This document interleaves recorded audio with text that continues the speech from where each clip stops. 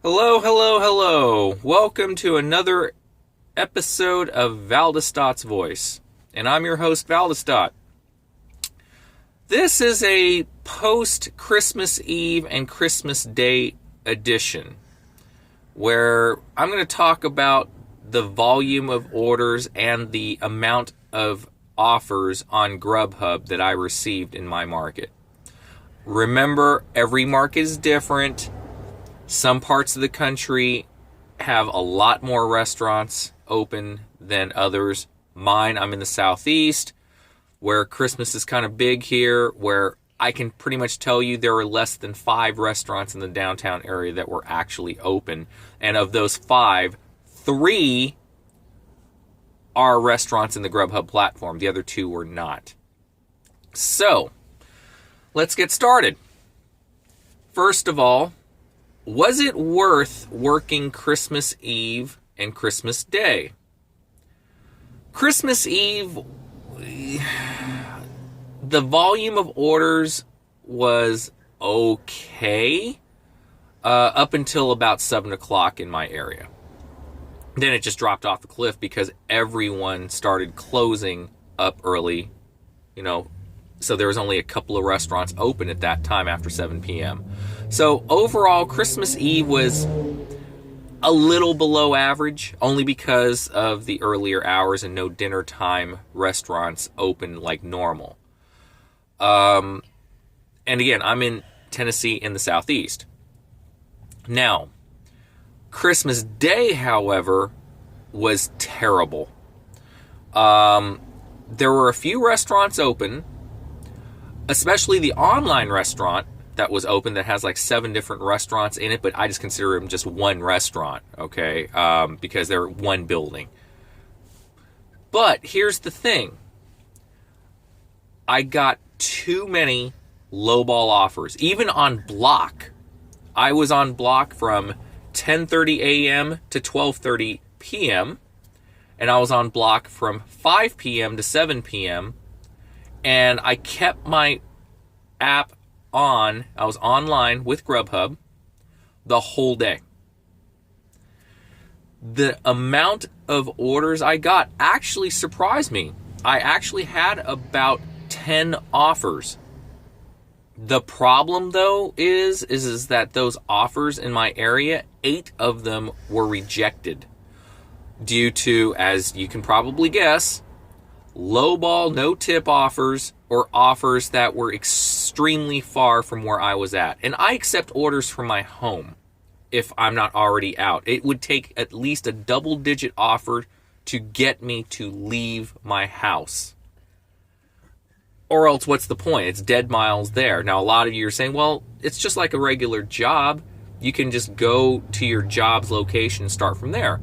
And you're right. I can't argue with that. But I live so close to my downtown area, about 6 miles, that it's really not that critical. Now, I do take $8, $9 offers from my house during the lunchtime, but typically I like to take double-digit offers from my house during the dinner hours because dinner hours pay more. It's just common sense. So, let me give you some examples here. The first order I got yesterday was to a closed restaurant for Christmas Day. It was a $9 order, and I would have taken it, but I called the restaurant. They weren't answering. I called driver care. They called the restaurant. They weren't answering. So you do remember, and everyone should know this, for new drivers especially, that during holidays like Christmas and Thanksgiving, you do not leave or drive off from where you're at until you verify that they are open, by either a phone call or noting the hours ahead of time, because you usually have hours on the doors so you can take a picture of it or write it down, whatever. That way you know you're not going to be wasting time, gas mileage, and all that to a closed restaurant, because for GrubHub, you don't get paid for canceled orders or for closed restaurants, unlike DoorDash and Uber Eats. And a lot of restaurants keep their tablets on 24/7. So, the first order was a good one. Second through fifth orders, not so much. They were all either single digit under $7 offers, or I got a $11 offer, but the distance from where I was to their location was exceeding 15 miles one way, like almost 16 and a half. So remember, and I'm going to quote actually Gig Coach Jake on this because I watch his videos as well. You are a business owner. You are in it to make a profit, not to just earn money. Okay? And I was once a business owner myself, so I know that philosophy very well. Profit and loss, you have to basically make a profit. A lot of the new drivers, or a lot of people that just don't care, that actually should, only think about making their money. But if you break it down on a spreadsheet, if you do it like that, you're going to lose money in the end. A lot of people don't care about their mileage. They just want that $11 offer, even if it's 20 miles. Everything will come to a head, and for those people, you would make terrible business owners. You would run out of business in less than 2 years because you'd be running your business at a deficit. That means a loss. So you have gas, you have maintenance, you have new tires, mileage, wear and tear. If you bought a brand new car, or if you got a used car at X amount of miles, if you keep doing that, the way these gig apps treat you guys, depending on your markets, I understand, okay, you're going to go recycle through cars if you drive 25 to 35,000 miles a year at $1 per mile. You guys are going to recycle your cars every 3-4 years.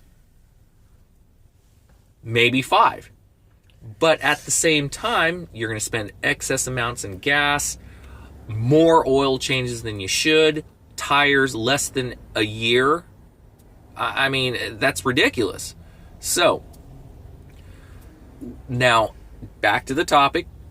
Single-digit orders on Christmas Day.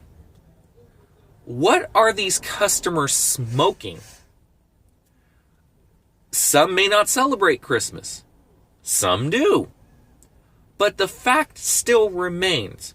And I had a conversation about this on Christmas Eve with my family, and my dad and my mother-in-law and all that, right? We have expenses. Unlike the pizza people that work, and pizza, companies that pay their drivers, at least in my area, they pay minimum wage plus tips, 7.25 plus tips. Some other pizza companies may only pay $5 an hour plus tips. Others may pay the restaurant minimum wage at $2.13 plus tips. But there are a lot of corporate-owned companies that have to pay minimum wage, like Domino's, Papa John's, Pizza Hut. They all pay minimum wage. Okay? So, they are guaranteed at least a $7.25 base, and if they deliver at least 2 pizzas an hour, everyone knows the general rule of thumb. For whatever reason, pizza drivers, it's always a stigma to a lot of people's mind, about I'd say 80% of the customers, you got to tip the pizza guy. That's just the way it is. But for us independent contractors that only get paid anywhere from $2 to $3 based upon how far you drive, GrubHub is only 23 cents a mile. Uber Eats is 47 cents a mile. That's not really a whole heck of a lot if you think about it. And these people are ordering from restaurants that's in excess of 5 to 15 miles. And they usually give either on average, a $0 tip to a $5 tip. $5 being on the higher end, at least in my market, right?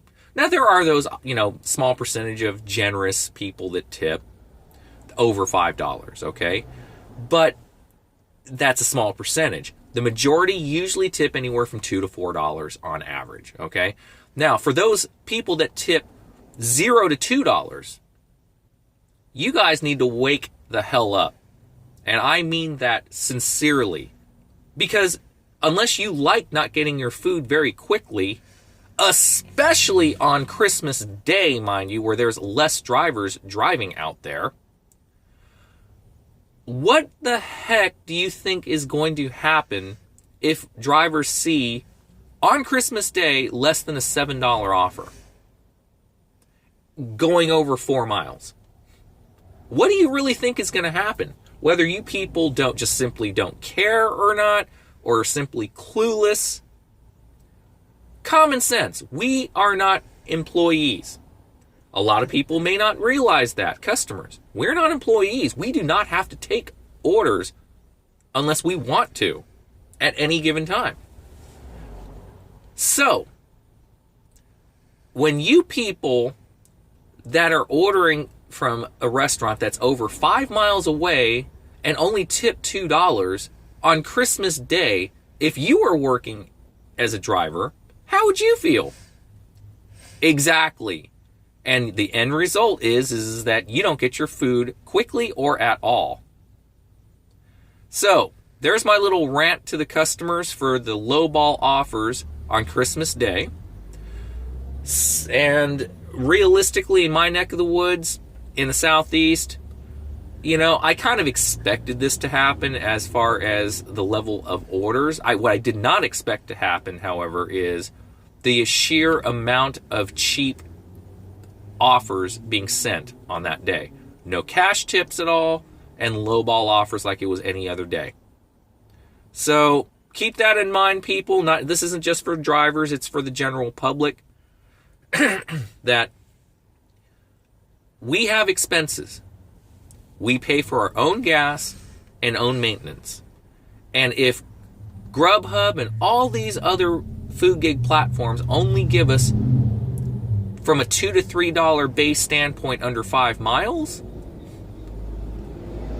tips are what is needed to help us continue to serve food and deliver food to you. It's unless you people are the ones saying, well, GrubHub has a $5.99 delivery fee. Well, we don't get the entire $5.99. We need enough income to deliver for you guys. And if you guys don't like it, drivers or customers, boycott the food platforms that you're doing it, or complain to them saying, hey, this isn't right. Or tip more if you don't want to complain. Period. Problem solved. So, that ends my little discussion of how I did on Christmas Eve and Christmas Day.